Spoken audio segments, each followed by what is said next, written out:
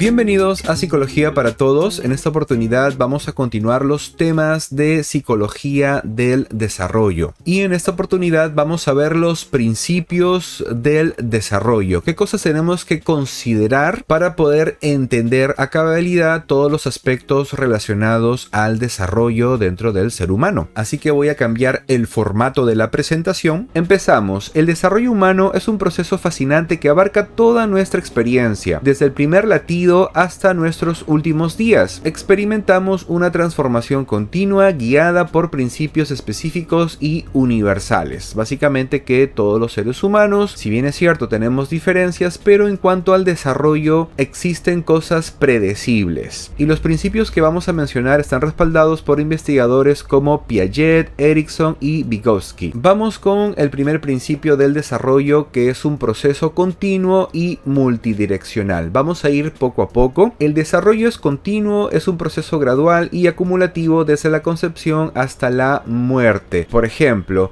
no es igual en la capacidad de lectura. Si un niño aprendió a leer a los 6 años y obviamente continuó practicando la lectura, no es exactamente igual que aprenda a los 20 años. Aprender a leer a los 20 años no es algo imposible. Si bien es cierto, si tiene la capacidad lo va a poder hacer, pero no va a ser exactamente igual como si lo hubiese aprendido a los 6 años. Precisamente como adquirió la lectura a los 6 años, tiene la capacidad de leer y ser más autónomo con otros aprendizajes. Y en relación viene otra característica del desarrollo, y es que es acumulativo. Cada etapa se construye sobre los logros de las anteriores. Y luego tenemos multidireccional, que quiere decir que son diferentes habilidades, pueden aumentar o disminuir en distintos momentos. El desarrollo humano no ocurre de forma lineal ni termina en la adolescencia. Es un proceso que continúa durante toda la vida, con avances y retrocesos en diferentes áreas. Por ejemplo, mientras las capacidades cognitivas pueden seguir mejorando en la edad adulta, ciertas habilidades físicas pueden disminuir gradualmente en el envejecimiento. Y tomo de nuevo la habilidad de la lectura. A medida que tal vez cumplimos 50, 60, 70 años, probablemente leemos más lento. No es que perdemos la capacidad de leer, pero leemos más lentos en esas edades. Hay una disminución leve de esa capacidad. Seguimos con las dimensiones del desarrollo. Aquí nos ponen que es físico, cognitivo y socioemocional. La dimensión física del desarrollo abarca el crecimiento corporal, desarrollo motor, cambios hormonales y neurológicos, habilidades motoras gruesas y finas. En la dimensión cognitiva del desarrollo tenemos el pensamiento, razonamiento, memoria y resolución de problemas. También está involucrado el desarrollo del lenguaje y capacidades intelectuales en general. Y la tercera dimensión del desarrollo es la socioemocional: relaciones interpersonales, identidad y gestión emocional. Por ejemplo, en un temblor, en un terremoto, probablemente un niño pequeño es su primera vez que siente esa vibración o esa experiencia y puede asustarse, mientras un adulto, digamos que ya vivió esa experiencia, ya sabe cómo reaccionar y tiene más control de la situación. Vamos con el tercer principio del desarrollo. Hay dos tipos de patrones. El primero es céfalo-caudal. Básicamente el desarrollo procesa o ocurre desde la cabeza hacia los pies. Los bebés primero controlan los movimientos de la cabeza y el cuello, y luego el tronco y finalmente las piernas. Este patrón explica por qué los bebés pueden sostener la cabeza antes de sentarse y sentarse antes de caminar. Y el segundo patrón se llama próximo-distal, que es cuando el desarrollo avanza desde el centro del cuerpo hacia las extremidades. El control del tronco precede al control de los brazos, que a su vez antecede al control de las manos y dedos. Esta secuencia justifica por qué los niños primero realizan movimientos amplios y posteriormente adquieren la motricidad fina para tareas como escribir. Motricidad gruesa básicamente es cuando el niño puede caminar, puede saltar, puede correr. Y motricidad fina es cuando ya tiene control de sus deditos y puede escribir. Vamos con el cuarto principio, y es la interacción entre herencia le hace genética y el ambiente. A ver, nos dice que los factores genéticos son predisposiciones hereditarias que influyen en el desarrollo, y los factores ambientales tienen que ver con la crianza, familia, educación, cultura y experiencias vitales. Aquí también podríamos decir el estilo de o el tipo de alimentación que tienen esos individuos en su sociedad. Digamos que en una sociedad la altura promedio de los adultos es 1,60 m,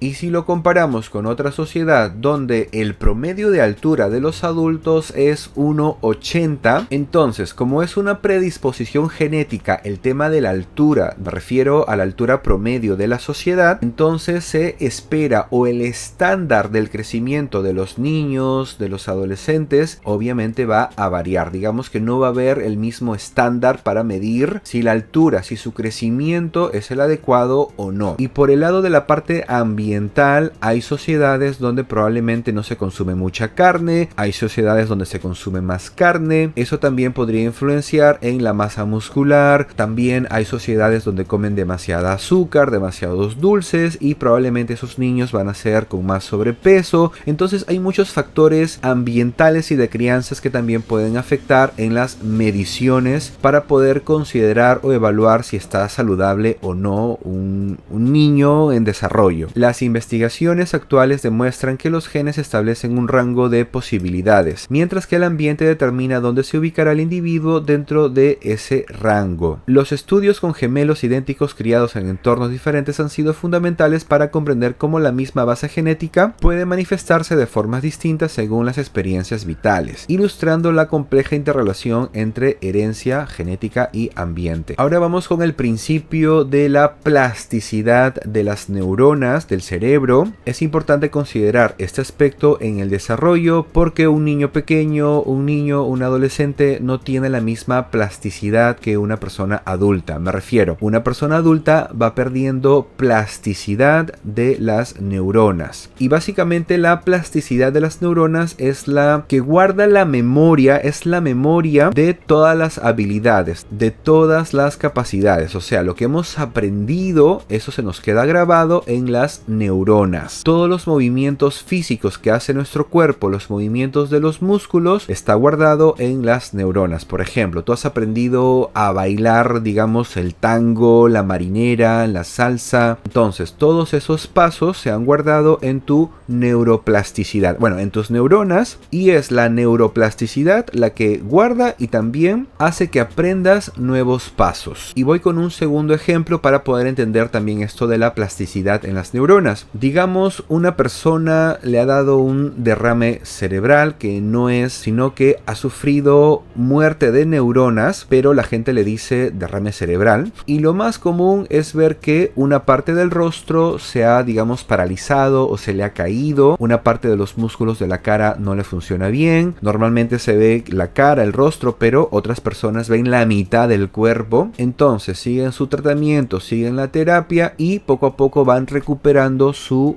movilidad de los músculos del rostro, por ejemplo. Nos dicen que la primera infancia es de 0 a 3 años, la infancia media es de 3 a 7 años, luego viene la adolescencia y la edad adulta. De manera resumida, ¿qué tenemos en la primera infancia? Que es un periodo crítico para el desarrollo del lenguaje y la formación de vínculos afectivos. Aquí la plasticidad cerebral es máxima. Ahora vamos a la infancia media, que es un periodo sensible para el desarrollo cognitivo y socioafectivo. Alta percepción del aprendizaje de idiomas y habilidades musicales. Luego viene la adolescencia, que se caracteriza por reorganización cerebral significativa, periodo sensible para el desarrollo de la identidad y el pensamiento abstracto. Y luego viene la edad adulta, donde la plasticidad se reduce pero está presente. La adaptabilidad continúa, aunque requiere mayor esfuerzo y práctica deliberada. Otra cosa a considerar dentro del desarrollo es la parte individual y contextual. Aquí hay que considerar 3 ambientes donde se desarrolla el individuo. Tenemos el microsistema, mesosistema y exosistema y macrosistema. Empezamos con microsistema, donde nos dice que el entorno inmediato, familia, escuela, grupo de pares, influyen directamente a través de las interacciones cotidianas que moldean valores, creencias y comportamiento. Por obvias razones es su primer contacto o su primer ambiente para el desarrollo. Luego Luego viene mesosistema, donde el individuo tiene relaciones o digamos ya tiene amistades del colegio, ya digamos ha desarrollado una amistad con sus docentes y nos dice que la coherencia entre estos sistemas potencia el desarrollo. Digamos que las normas de convivencia se afianzan, o sea, en mi casa me enseñan sobre el respeto y en el colegio también me enseñan sobre el respeto a los adultos o respeto o los modales o las palabras mágicas, entonces ahí se afianza esa adaptabilidad social. Ahora viene el exosistema y macrosistema. Básicamente es la adolescencia y la edad adulta, cuando ya salen, cuando ya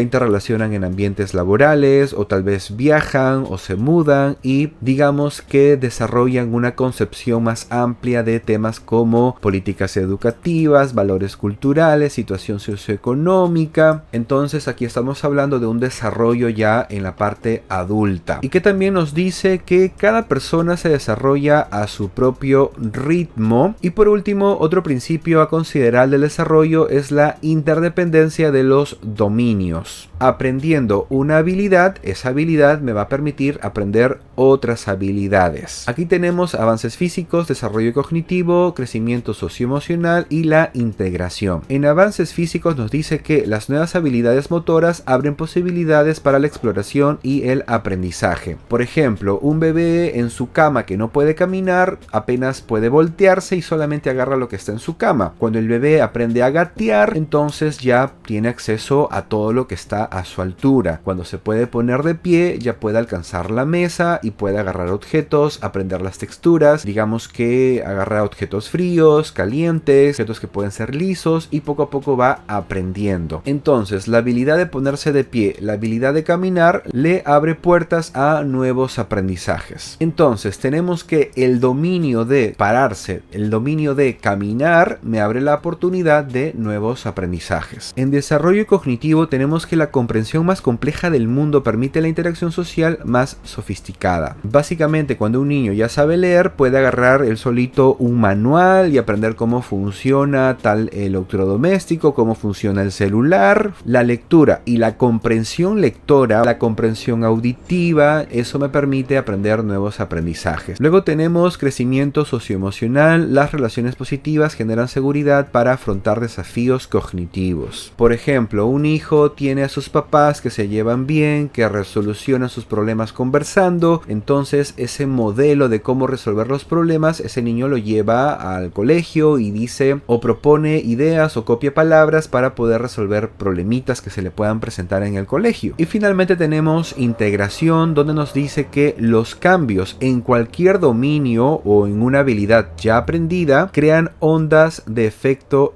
en los demás, en las demás habilidades. Puede darse el caso de que un niño tenga mucha seguridad para expresarse, para hablar, pero probablemente en sus capacidades sociales, tal vez en casa hubo problemas, falleció un ser querido, todo su ambiente, su familia, hay mucha tristeza, mucha depresión, ve llorando a sus padres, ve llorando a su familia. Entonces, ese niño que era muy confiado, que podía exponer, que podía hablar, que hacía las tareas, que participaba en aula, de pronto ese niño en aula ya no manifiesta con seguridad sus capacidades cognitivas o físicas. Básicamente, cambios en un área pueden afectar sus otras capacidades de otras áreas o ámbitos donde se desarrolla ese menor. Y bueno, espero que esta información te haya sido de utilidad. Por favor, déjame un me gusta, eso me apoya muchísimo, y suscríbete para más videos. Hasta la próxima.